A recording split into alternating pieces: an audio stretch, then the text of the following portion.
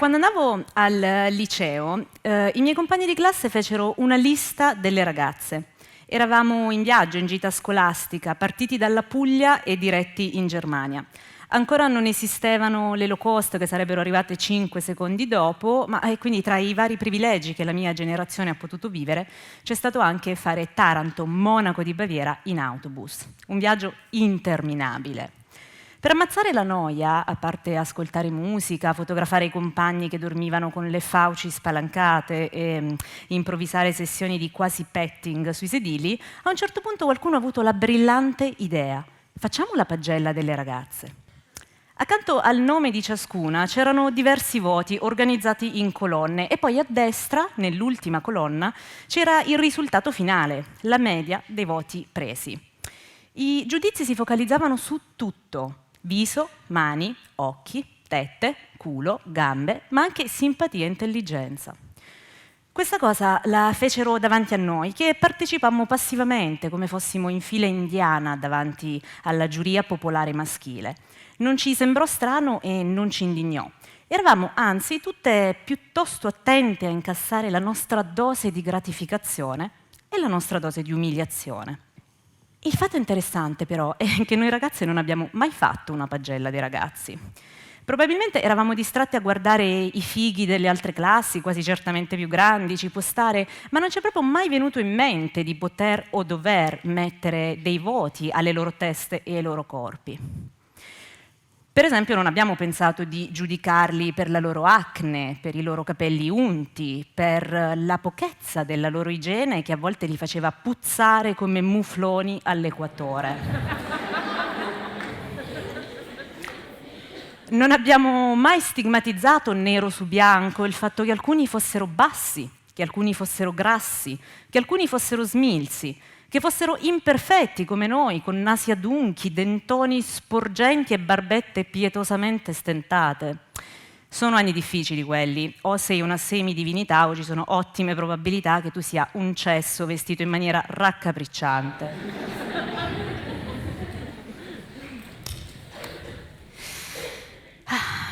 Fatto sta che noi non l'abbiamo fatto, mentre loro sì. Non mi accorsi subito della stranezza di quell'episodio, perché non era strano e non era neanche un episodio. Funzionava così. Noi dovevamo essere carine, belle, coi capelli lisci, magre, gradevoli nell'aspetto e nei modi. Dovevamo essere provocanti, ma non troppo, disinibite, ma non troppo, intelligenti, ma non troppo. Dovevamo essere tutto questo e loro, i maschi, dovevano farci capire se andavamo bene oppure no. Era un meccanismo sottile, ma intimamente radicato nei ruoli sociali che vivevamo. E questo piccolissimo bug di progettazione ha condizionato generazioni e generazioni di donne, cresciute pensando che l'indice del loro valore personale fosse il gradimento maschile. In quella pagella compilata sul pullman presi voti molto alti per l'intelligenza, per la simpatia, che sembra una roba fantoziana, ma evidentemente quando voglio so essere simpatica, ma anche per il viso, le mani e le tette. Al mio culo diedero 5. Le mie uniche insufficienze nella vita le ho avute in matematica, in chimica e in chiappe d'acciaio.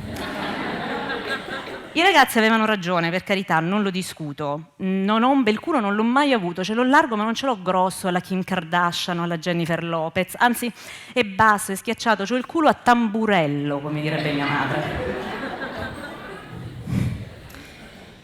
Quindi, voglio dire, quel 5 non era sbagliato, io non la discuto quella mediocrità, dico soltanto che leggerla mi ha un po' ferita.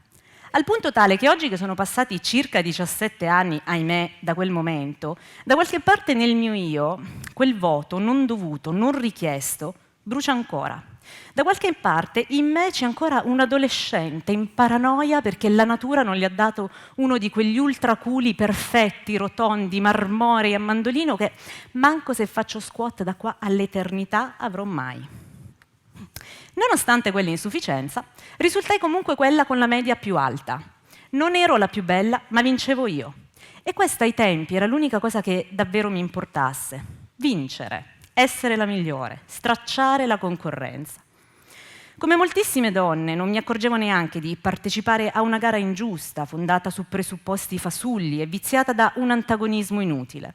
Vivevo immersa, come tutte, in un sistema impari per definizione. E come succede sempre con i sistemi disfunzionali, è molto difficile capire quanto siano tossici o condizionanti, finché non ne esci, finché non ti accorgi che esiste tutta un'altra versione della storia. In quella pagella, però, mi colpì il fatto che i ragazzi avessero inclusi anche l'intelligenza e la simpatia. Significava che per loro anche quelli erano degli ingredienti importanti. Fu un indizio positivo e incoraggiante che mi fece capire che da un lato, volendo, potevo sedurre anche senza sbattermi a fare squat, ma dall'altro mi insegnò che per i ragazzi era importante dialogare. Chi l'avrebbe mai detto? E mi insegnò anche che dialogando si può trovare un linguaggio comune, si può imparare ad apprezzarsi nelle similitudini e nelle diversità, si può trattarsi reciprocamente da pari. Un paio di anni prima, durante una di quelle imbarazzanti feste di compleanno in casa, durante le quali si ballavano i lenti per limonare e si bevevano la Fanta e la Sprite, ebbene, un mio compagno di scuola, Marco, si avvicinò e mi disse: «Hai un atteggiamento di superiorità». Poi aggiunse: «Ti senti migliore degli altri». E poi ancora: «Tu ti metti sul piedistallo». Di lì a qualche anno Marco si sarebbe innamorato di me e ai suoi «ti amo» io avrei sempre risposto «grazie». Ma non è questo il punto. Il punto è che io non avevo un atteggiamento di superiorità, semplicemente non ero sottomessa. Non mi sentivo migliore, mi sentivo pari. E quello su cui mi ponevo non era un piedistallo, come sembrava a Marco, era semplicemente il suo stesso piano, sul quale evidentemente non era abituato a vedere tante donne. Succede sempre così ai piani alti, mi dicono.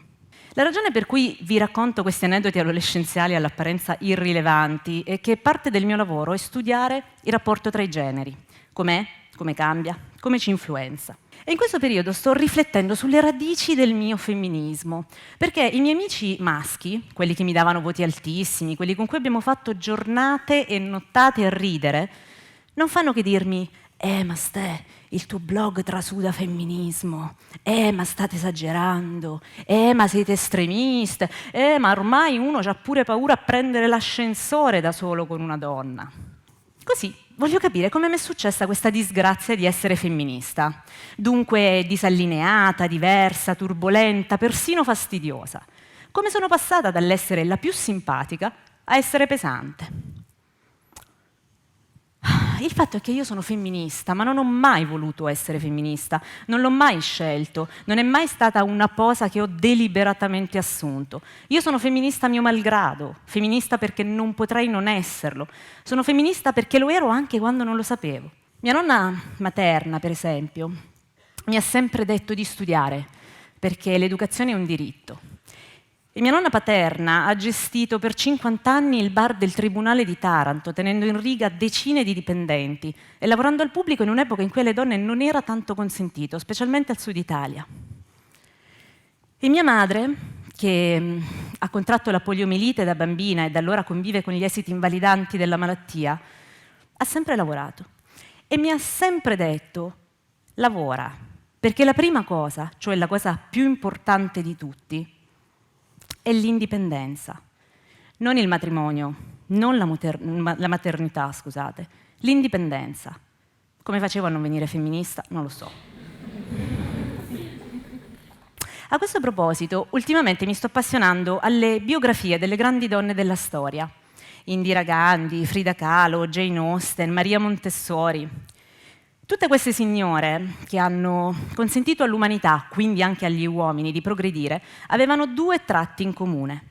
Erano femministe ed erano cresciute in famiglie che credevano in loro, che non le sminuivano in quanto femmine, che non le scoraggiavano, che non le chiudevano in una gabbia o in un recinto suggerito dalla società del tempo.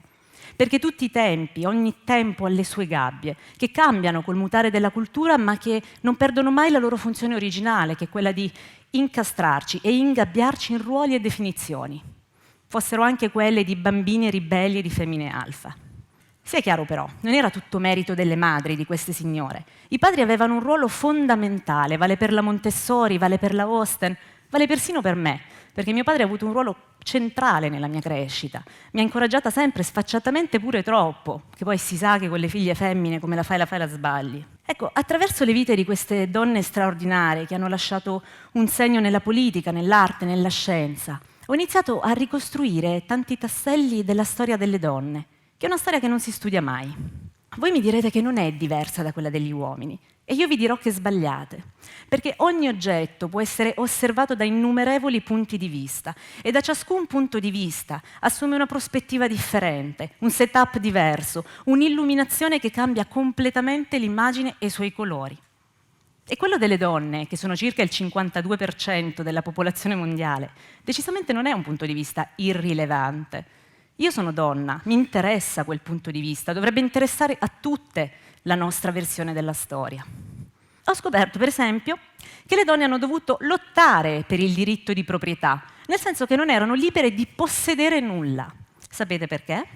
Perché erano esse stesse degli oggetti, oggetti nelle mani del padre che passavano nelle mani del marito. L'unica differenza tra la condizione di moglie e la condizione di schiavo nell'America del XIX secolo era che la moglie, una volta vedova, ereditava le proprietà del marito e lo schiavo no. Ma al netto di questo, i diritti dell'una e dell'altro erano i medesimi. Ho scoperto che le donne hanno dovuto lottare per il diritto all'istruzione, perché mentre gli uomini potevano studiare, erudirsi, lavorare, le donne non erano ammesse nelle università. E quelle che ricevevano una formazione di base imparavano per lo più abilità, non è che studiassero le stesse materie dei maschi, non è che approfondissero discipline in grado di sviluppare un pensiero critico. Ho scoperto che fin dai tempi dell'antica Grecia le donne sono state sistematicamente espulse dal dibattito pubblico. Ho scoperto anche che hanno dovuto lottare per il diritto di voto e che il suffragio universale è straordinariamente recente nella storia dell'umanità. Ho scoperto che Margaret Thatcher faceva degli esercizi con la sua voce per renderla meno squillante, più maschile, dunque più tollerabile. Ho scoperto anche che le donne hanno dovuto lottare per il diritto al divorzio fino agli anni 70, quando alcune delle persone che sono in questa sala esistevano già. E in quello stesso periodo hanno dovuto lottare per i loro diritti riproduttivi e per smetterla di morire sottoponendosi ad aborti illegali. E fino a 4 anni prima che io nascessi, che sono del 1985, esisteva il cosiddetto delitto d'onore, abrogato solo il 10 agosto 1981. E fino all'anno in cui ho fatto la prima comunione, nel 1996, lo stupro era considerato un reato contro la morale, non contro la persona, come se le donne che lo subiscono non fossero persone. E sì, ora voi mi direte, ma state sempre a parlare del passato, ma ormai le cose sono cambiate, nessuno vi vieta di fare niente, avete vinto le vostre battaglie. E io vi rispondo di nuovo che sbagliate. Perché tutte le lotte fatte negli ultimi 2 secoli non fanno che testimoniare il fatto che le donne hanno sempre vissuto in una condizione di evidente svantaggio politico, economico, sociale, finanziario. E non si può pretendere di colmare un divario lungo millenni in 5 minuti.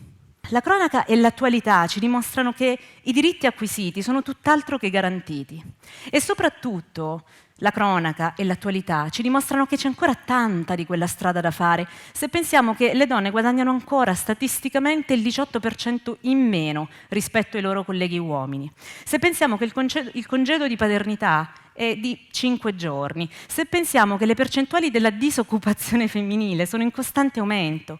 In pratica siamo sempre più povere, in un mondo capitalista nel quale se non hai soldi non esisti. C'è ancora tanta di quella strada da fare se pensiamo che in questo periodo si legifera per mettere mano all'istituto del divorzio, si discute dei diritti nostri e dei nostri bambini e nessuna di noi è lì a dire la sua.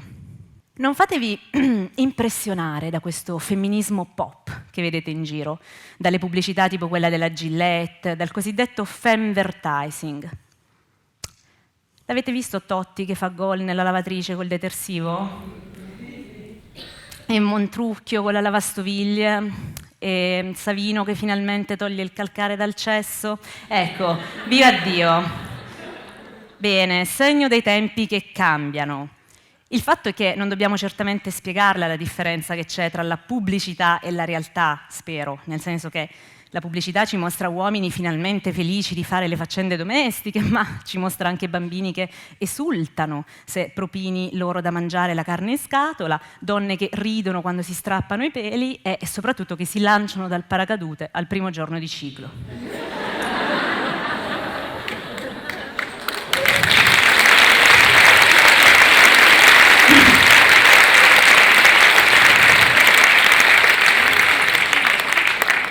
Ne approfitto.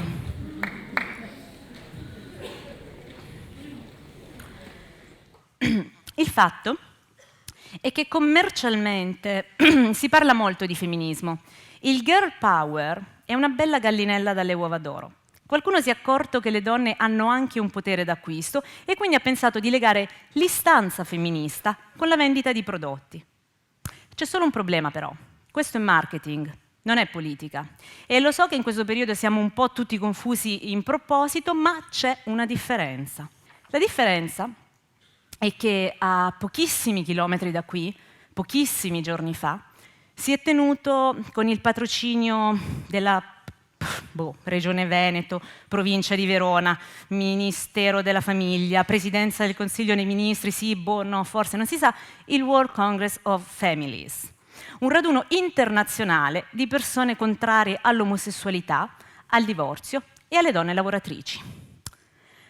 Un raduno di soggetti misogini e omofobi che si sono appropriati semanticamente della parola famiglia, riempiendola di ideologie oscurantiste, retrograde, medievali, deliranti e svuotandola dei suoi significati primari, che sono l'amore, l'affetto, l'inclusione, l'appartenenza. Il World Congress of Families è stato un raduno di persone contrarie a me, contrarie a voi, contrarie alle vostre figlie, alle vostre compagne, alle vostre sorelle, alle vostre amiche, alle vostre madri, contrarie a voi e alla libertà di amare chi volete, di esprimere la vostra identità di genere, di seguire il vostro orientamento, che esso sia omosessuale, bisessuale, trisessuale, pansessuale, fluido, gioiosamente promiscuo, anche asessuale, Un raduno di persone contrarie alla parità tra gli esseri umani, in generale. Ed è un peccato perché la parità funziona, la parità va perseguita e in questo momento chi può dovrebbe fare di più e chi ha dovrebbe dare di più. Se ci pensate lucidamente, se per un attimo vi concentrate sull'idea di tutte queste persone impegnate a negare i diritti di altre persone, a stilare una gerarchia di esseri umani conformi e di esseri umani difformi, capite quanto tutto questo sia preoccupante, capite quanto l'allarme del buonsenso dovrebbe suonare assordante nel nostro cervello. Io non volevo essere femminista, ma abbiamo bisogno del femminismo, anche se non ci piace. Abbiamo bisogno delle donne, abbiamo bisogno di difendere i diritti in quanto tali, perché essi sono tutti interdipendenti. Basta rompere il ghiaccio, violarne uno, infrangere quella soglia di pudore civile e umano. E dopodiché si violano gli altri a ruota, prima un'etnia, poi un orientamento sessuale, poi un genere, poi un'opinione politica opposta, fino al livellamento della società su uno standard unico, rigido, grigio, se non nero. È già successo nella storia, lo sappiamo già. Abbiamo già visto i film, abbiamo visitato i musei, abbiamo partecipato alle commemorazioni. Tutte queste robe le sappiamo già e le sappiamo persino noi donne, perché pensate un po', nella nostra epoca abbiamo avuto la possibilità di studiare e molte di noi erano anche le più brave della classe. Ciò significa che abbiamo la cultura e il potere per fare la differenza. Lo sapete perché Marco, il mio compagno di scuola, diceva che io mi mettevo sul piedistallo? Perché ero più brava di lui, come il voto di maturità ha dimostrato. E questo, per una moltitudine di uomini, purtroppo, è un problema. Ed è anche per questa ragione che spesso dobbiamo fare il triplo della fatica per vedere riconosciute le nostre abilità. Io non so quanti di voi qui in sala siano genitori, non so se lo siate di maschi, non so se lo siate di femmine, ma in ogni caso concedetemi un consiglio non dovuto, non richiesto, esattamente come quel 5 al mio culo. Se siete genitori, crescete bambine che si sentano sul piedistallo e crescete bambini che considerino le femmine pari, divertenti, compagne di gioco, intelligenti come loro. Non obbligateli a essere speciali. Non dite mai che una cosa è da femmine e un'altra cosa è da maschi. Ascoltateli fin da quando sono piccoli perché questi sono 3000 volte più intelligenti di noi. Stimolateli e state sereni, l'inglese loro lo sapranno parlare bene, è un problema nostro l'inglese. Crescete persone migliori di voi e guardatele da tali, non con la diffidenza e lo scetticismo dei vecchi. Fatele sentire potenti queste persone, nel senso etimologico del termine, così che possano scegliere cosa fare e cosa essere, con la consapevolezza che questo farà la differenza in ogni aspetto della loro vita, nell'ingranaggio globale dell'umanità. Fatele sognare in grande queste figlie. Crescete l'unico esercito che possa mettere le cose a posto, composto da uomini illuminati e da donne coraggiose, finalmente consapevoli del loro ruolo nella storia, nel mondo. Avrete certamente sentito parlare del Fridays for Future, la manifestazione che ha portato centinaia di migliaia di ragazzi e non solo a manifestare contro il cambiamento climatico. E avrete certamente sentito parlare della leader di questo movimento, che è Greta Thunberg, una ragazzina svedese di 16 anni. Io la monitoro su Instagram già da qualche tempo, ma all'improvviso tutti quanti si sono accorti di Greta e del suo messaggio, che è un messaggio di allarme. Il tempo del pianeta sta scadendo, sta già succedendo, non capiterà ai nostri tristi nipoti, capiterà a noi e ai nostri cari, ok? Ecco, questo messaggio importante l'ha sollevato una giovanissima donna di 15 anni. Proviamo a chiamarla donna invece di ragazzina. In fondo mia nonna, quella che gestiva il bar del Tribunale di Taranto, il suo primo figlio l'ha fatto a 16 anni. E se sei abbastanza donna da essere madre, sei abbastanza donna da essere la leader di un movimento globale. Il fatto è che nei prossimi anni saremo chiamati a fare dei cambiamenti colossali per la nostra sopravvivenza. Dovremo rivedere le nostre abitudini, rivalutare le case in cui abitiamo, i mezzi con cui ci muoviamo, le bottiglie d'acqua che consumiamo, pur vivendo in un paese nel quale l'acqua potabile arriva direttamente in casa nostra, che ci sembra una cosa ovvia, ma non è così. Dovremmo rinunciare in qualche modo all'infinita pluralità di scelta a cui il ruggente capitalismo globalizzato ci ha viziati. Dovremmo decrescere e ai consumatori incalliti che siamo diventati non piace mica tanto l'idea di non poter ingrassare all'infinito. E dovremmo fare tutto questo mentre siamo già cittadini incazzati. Dovremmo farlo, perché se non corriamo ai ripari sarà il pianeta stesso ad ammazzarci. Terremoti, maremoti, slavine, tsunami, siccità. Sarà la cosiddetta natura ingovernabile. E quella non guarda in faccia a nessuno, cioè quella ammazza tutti, bianchi, neri, ricchi, poveri, santi, peccatori. Il punto non è se vengano prima gli italiani, gli inglesi, gli americani. Il punto è come faremo tutti, come genere umano, a sopravvivere nei prossimi decenni. In un momento così delicato, di fronte all'evidente fallimento delle politiche implementate fino ad ora, di tutte le decisioni scellerate che hanno inquinato e massacrato il pianeta, di cui siamo stati contemporaneamente vittime e complici. Ecco, in un momento così delicato, noi donne vi serviamo come alleate, non come sottoposte. Vi serviamo come teste, non come manovalanza. Vi serviamo al potere, non solo in cucina o in camera da letto. Vi serviamo al comando, non come incubatrici.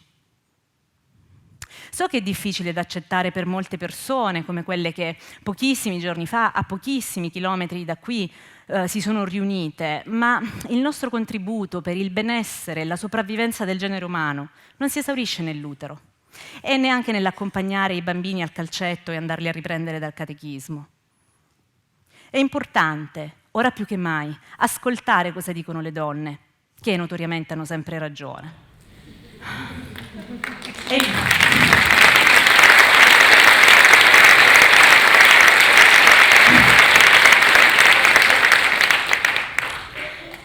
È importante valorizzare ciò che fanno le donne. È importante conquistare uno spazio politico per difendere i diritti delle donne. A volte bisogna difendere persino la loro vita, perché ce ne sono alcune, non sono poche, che hanno bisogno di essere difese. Ce ne sono alcune, non tutte, che sono vittime. Ce ne sono molte in paesi più o meno distanti dal nostro, che vengono lapidate, mutilate, torturate, vendute fin da bambine. E ce ne sono molte altre, nostre vicine di casa, a un angolo di distanza, che vengono schiavizzate, stuprate, bruciate, ammazzate pure qua nella civilissima Italia, ogni santo giorno. E lo so che è noioso da ascoltare, ma è la verità. Voglio lasciarvi con un ultimo appunto che è più nelle mie corde, perché parla di amore, di relazioni, non di ambiente e di politica, perché tutto sommato sono solo una blogger che si chiama come l'organo genitale femminile.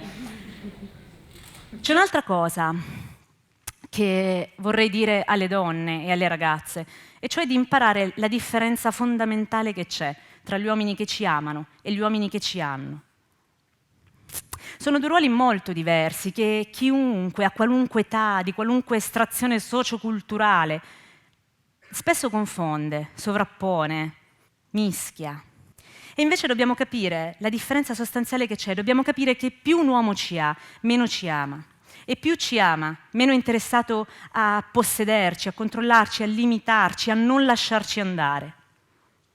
Quanto più un uomo ci ama, tanto più sarà felice dei nostri successi, sarà dalla nostra parte nelle battaglie che sposeremo. Non si sentirà svilito né demascolinizzato, non si sentirà offeso se gli offriamo la cena e non rinfaccerà il fatto di avercela offerta lui. La ragione per cui quasi tutte, almeno una volta nella vita, ma con un tasso di recidiva altissimo, ci infogniamo appresso un uomo che ci ha, che esercita potere su di noi invece di amarci, è che non conosciamo il nostro valore. Non sappiamo esattamente quanto valiamo, niente intorno ce lo suggerisce, niente ci aiuta a porre quell'asticella sufficientemente in alto. Credo che in questo periodo storico ci sia un bisogno enorme di parlare, ma soprattutto di ascoltare, di capire, di analizzare, di sentire l'altro, specialmente quando è diverso. C'è un bisogno disperato di empatia e di umanità ed è per questo che c'è un bisogno disperato di donne che sappiano parlare, ascoltare, capire e capirsi, non fosse altro perché praticano l'arte dell'introspezione più o meno dal primo premestro che hanno intorno agli 11-12 anni.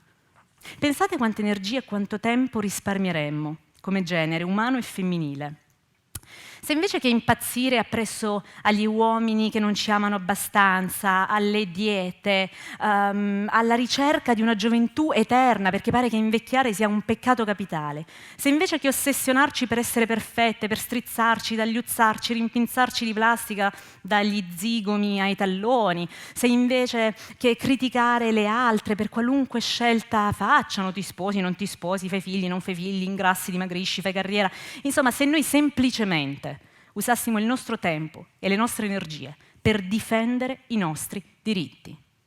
Pensateci.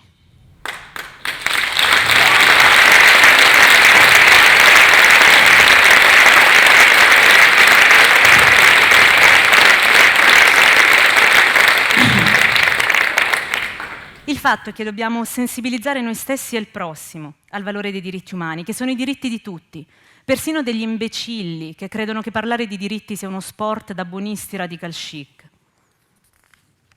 Dobbiamo difenderli, sempre. E badate, non stiamo parlando dei migranti, delle donne, dei gay, dei disabili, di popolazioni che abitano a migliaia di chilometri da noi. Stiamo parlando del nostro vicino di casa, del nostro vicino di banco, del nostro amico che presta il fianco alle pulsioni più deteriori che fermentano nel ventre della società. Dobbiamo difendere i diritti umani ogni giorno, a ogni passo, di fronte a ogni affermazione demenziale, davanti a qualsiasi discriminazione, davanti a ogni manifestazione di ignoranza civile e umana. Qualora decidiate di farlo, però, di uscire di qui e di perorare una causa così universale declinandola in chiave femminista, dovete essere preparate. Dovete sapere che vi diranno che siete esagerate, che siete noiose e che state prendendo una brutta deriva. Sapete perché? No. Perché abbiamo ragione, perché siamo intelligenti, perché siamo potenzialmente potenti e lo sanno e hanno paura. Talmente tanta paura che stanno provando in tutti i modi a riportare l'orologio della storia indietro di 100 anni. No all'aborto, no al divorzio, no alle famiglie omogenitoriali, sì alla riapertura delle case chiuse, sì all'appezzamento di terra da coltivare quando arrivi al terzo figlio.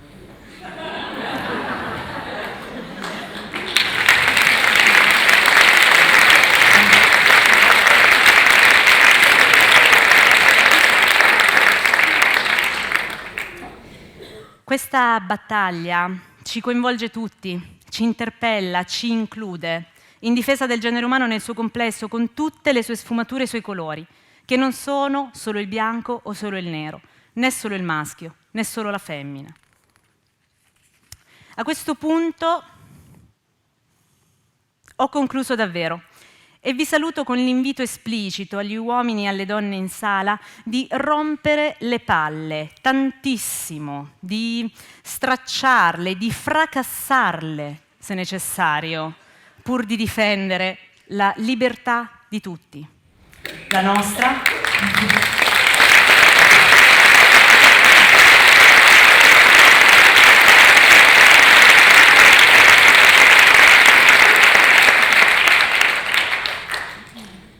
La nostra, la vostra, quella dei più giovani e in generale di chiunque non sia fieramente omologato, bianco, eterosessuale, benestante, possibilmente cattolico e naturalmente dotato di uccello.